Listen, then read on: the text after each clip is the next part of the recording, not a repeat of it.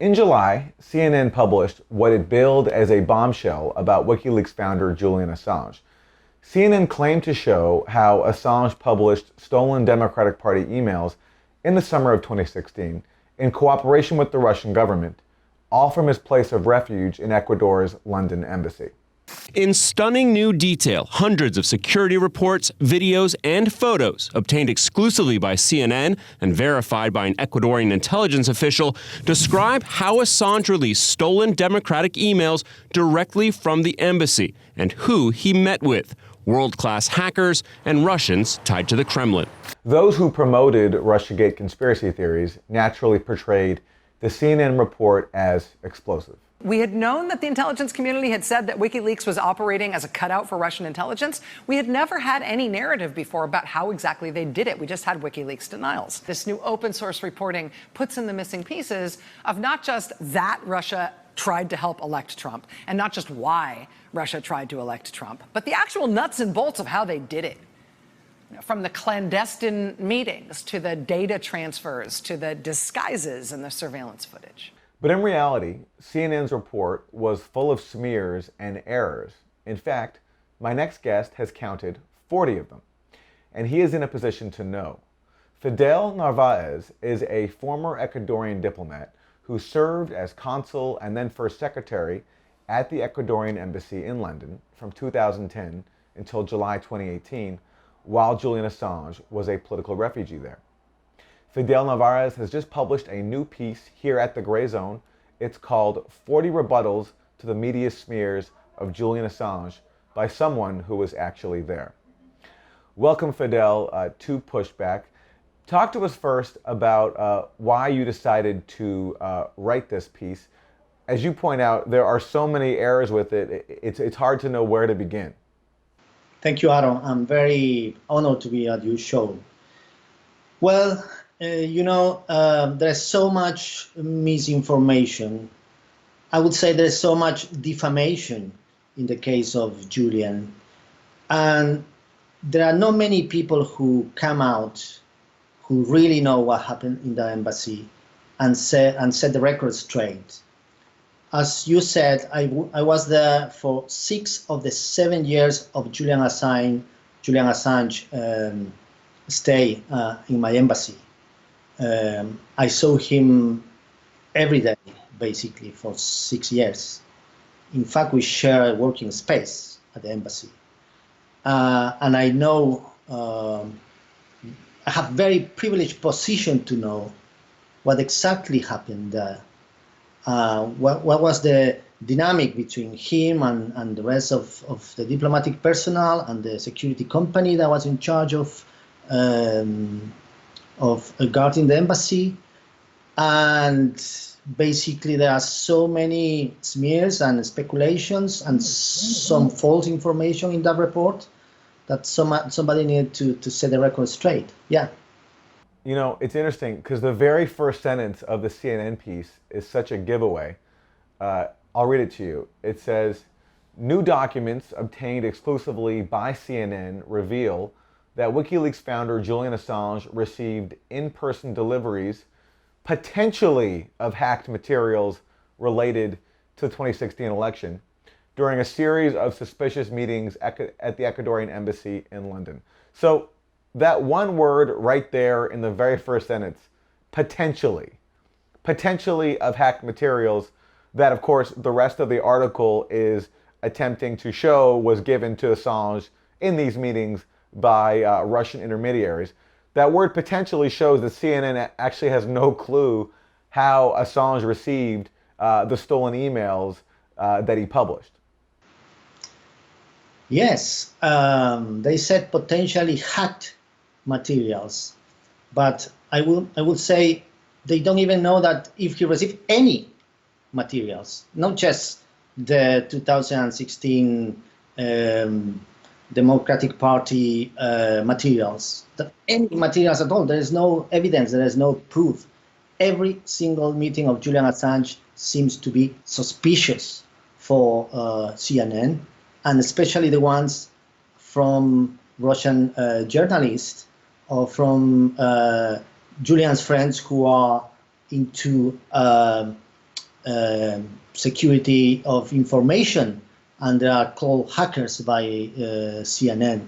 So yeah, they don't show any evidence. Those materials are not exclusive, by the way. It's quite a while that those reports from the UC Global Security Company have been on the internet, have been leaked. Yeah, it's very appalling journalism there. Fidel, let's talk about who UC Global is, the security company that you mentioned, this private Spanish firm, because actually this firm, its records are the main source for CNN's article. It's one of several firms that was hired basically to spy on Assange. Talk about who they are and why you don't necessarily trust everything they say. Yeah, well, I don't know if they were hired to spy on Assange, but they were spying on Assange. That's for sure. If they did it by their own accord and by their own agenda, it's for me difficult to say. But for certain, they were spying on Julian Assange, and that's a private Spanish security company that was hired by Ecuador to basically to guard the embassy when Julian came and asked for asylum. The Ecuadorian embassy never had a security company guarding the embassy before. The need for a security company came with Julian in the embassy, as you can imagine. Is somebody who was going to live there 24 hours a day, 7 days a week. And being Julian Assange, the embassy needed security, that's for sure. I don't know how the government chose that company, really. But in my own experience, and on the experience of most of my colleagues, that was quite an unprofessional company.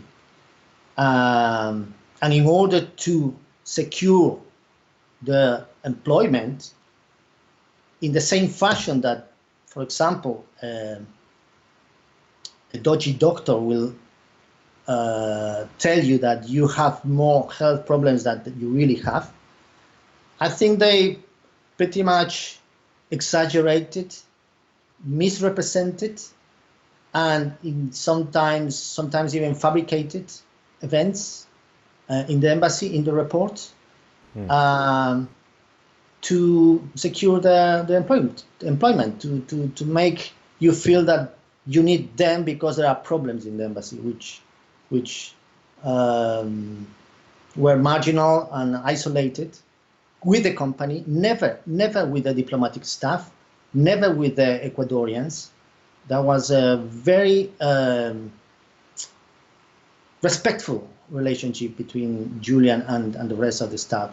Right. Okay. So Fidel, contrast that with the picture we have gotten of the relationship, both as presented in the CNN report and in media reports in general. So, for example, you take the CNN report. They say, quote, that Assange smeared feces on the walls out of anger, unquote. And they talk about him getting into physical confrontations with embassy officials. Is any of that true? Well, it's quite surreal, really, to go through all these smears and defamations that have come out from the side of the Ecuadorian government, the current Ecuadorian government, which basically committed a crime. When you hand over a political refugee to his persecutors, that is a crime. And in order to distract the attention from that crime, they have launched a very disgusting defamation campaign against Julian. We know that every single moment of Julian Assange inside that embassy is on video, is recorded. Even his meetings with his lawyers, with his doctors, with every visitor, everything. So to say that he was smearing feces on the walls, for me is unbelievable. Nobody will will say that that happened in that embassy if they were in that embassy as I was. And if did happen, if in the case that happened, why is not there an evidence of that? Picture, a video, or anything is basically a lie, very disgusting lie. As many other things which are said about Julian. He never had a fist fight with security guards.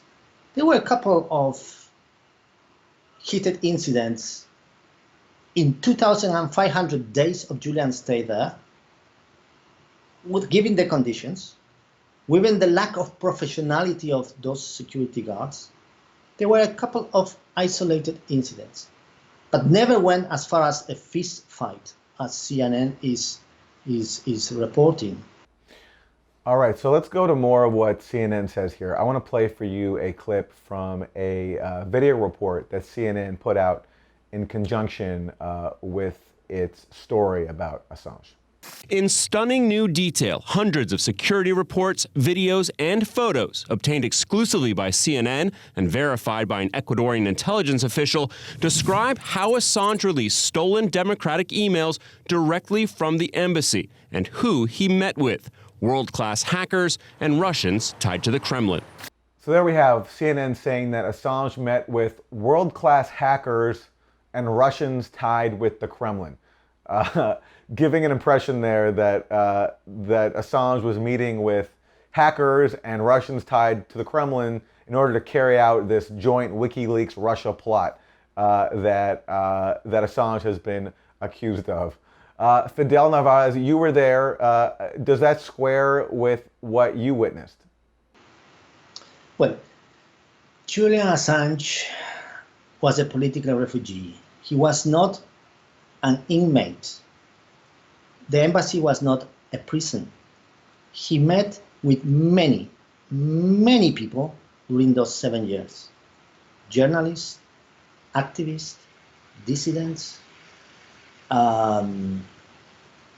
artists, politicians, many, many. Some of them probably just Russian journalists. What is wrong with it? What's the crime on that? Let's don't forget that before Julian came into the embassy, he had his own show, The World Tomorrow. And Russia Today bought the rights for that show and was being broadcast by Russia Today. So since then, we are talking about the year 2011, 2012, he had friends at that broadcast corporation. But there's nothing wrong with that. Why is that every single Russian journalist is supposed to be a Kremlin agent or has ties to the Kremlin? That's how they want to portray, because they are trying to propel the Russiagate narrative. You know, what is funny about this article, you mentioned RT. The article tries to recycle a conspiracy theory about RT that was debunked long ago. So it says this. It says RT even published articles detailing the new batches of emails before WikiLeaks officially released them, suggesting that they were coordinating behind the scenes. The claim here is that RT published articles about the WikiLeaks publication of John Podesta's emails before WikiLeaks officially released them. And so CNN thinks that suggests that RT and Assange were coordinating behind the scenes. In reality, what actually happened was very simple. Basically, WikiLeaks published on its website the Podesta emails. RT and its journalists were monitoring the WikiLeaks website. They saw that the Podesta emails were published because they had been teased previously that they were coming. RT sent out a tweet saying that the Podesta emails were published, and then WikiLeaks sent out a tweet of its own shortly after that. But because RT tweeted basically a tweet before WikiLeaks tweeted, even though WikiLeaks had already published the emails when RT tweeted it, that was taken to mean that RT had some kind of advanced knowledge about the Podesta emails, when really, in fact, it was just doing good journalism. Exactly. Yes. That smear has been debunked long ago. But CNN keeps trying, of course. Yes. Of course. Well, let's go to more of CNN here. I want to play to you more from their report. So this is, again, a CNN video report that was put out in conjunction with their article about Assange at the embassy. The exclusively obtained surveillance reports show that the WikiLeaks founder, who had been given asylum in 2012, inside this embassy, wielded enormous power in the building, rivaling even the ambassadors, with whom he would regularly clash. As these exclusive security photos show, he even got physical with the embassy guards. The documents describe how Assange demanded and got high-speed internet, phones, even a special guest list that allowed certain visitors to not show identification or be searched. So we've already addressed some of what we heard there earlier when they talked about Assange getting into confrontations and having as much power, they say, as the ambassador. Then there, at the end of that clip, they take issue with the fact that Assange demanded high-speed internet and a special guest list. Fidel Narváez, what's your response to that? It's not true that Julian demanded anything at the embassy. He might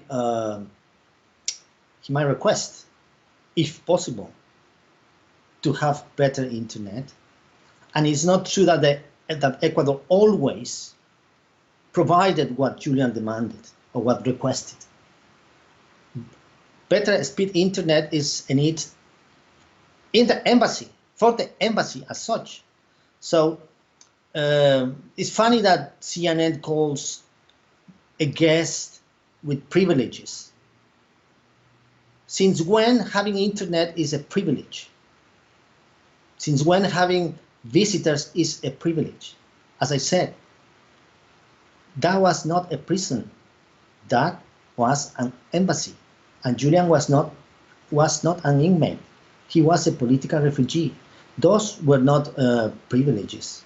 So basically, is unbelievable how they twist every single thing in order to defame Julian and Ecuador. Really. We're going to wrap, but as we conclude, I just want to say that the premise of this story is based on a timeline from the Mueller report that also makes no sense at all.